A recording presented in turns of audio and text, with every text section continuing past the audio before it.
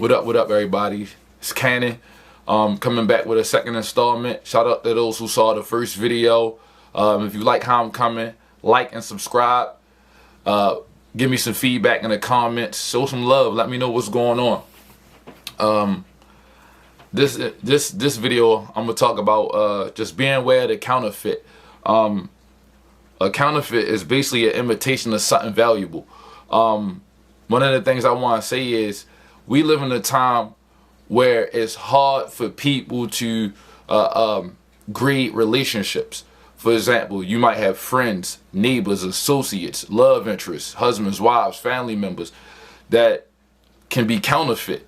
And a lot of times it's hard for you to see it coming because you don't have the discernment to understand that not everybody can be trusted. Not everybody is interested in you the way you are interested in them. I had posted a quote and it came up today, and it's probably like 8 or 9 years old. I don't even know if I actually originated with the quote, but the quote was, the biggest mistake you can make is holding on to someone who you know you need to let go or has already let you go.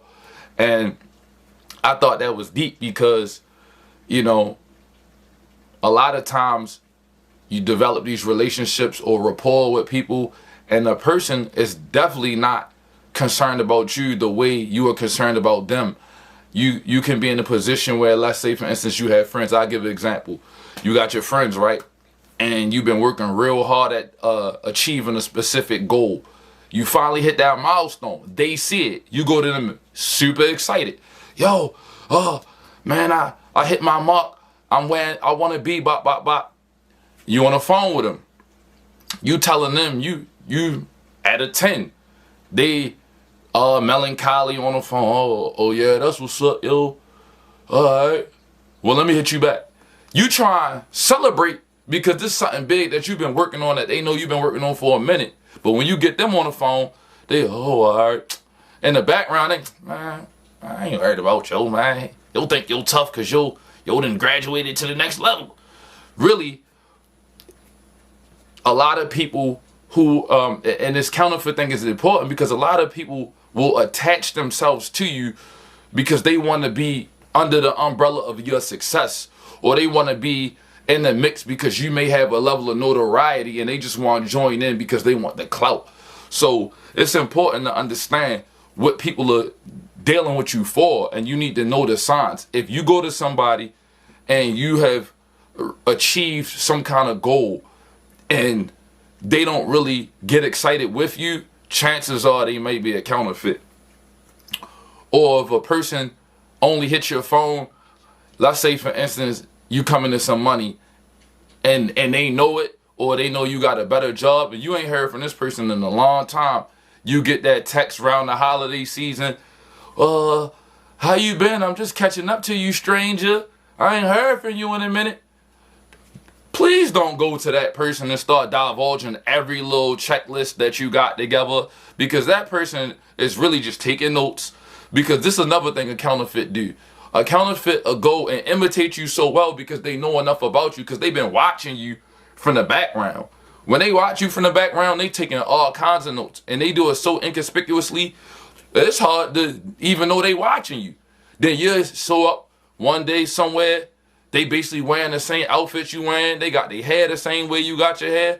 You done gave them all the play cards in your playbook. And you wonder why they in position, like, how he get here but for me? I ain't even get to tell him about the event. He already there. He already done set up. He done already talked to all the people that you building relationships with. Now he done found the way to get in the mix, because counterfeits really have to steal their ideas from you.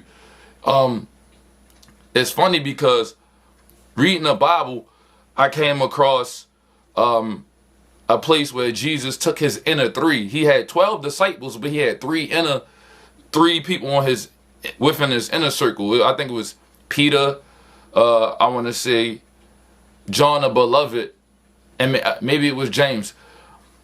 For the Bible thumpers, if I got that wrong, I'm sorry. But I know that he had inner three, and I know John and Peter was two of those.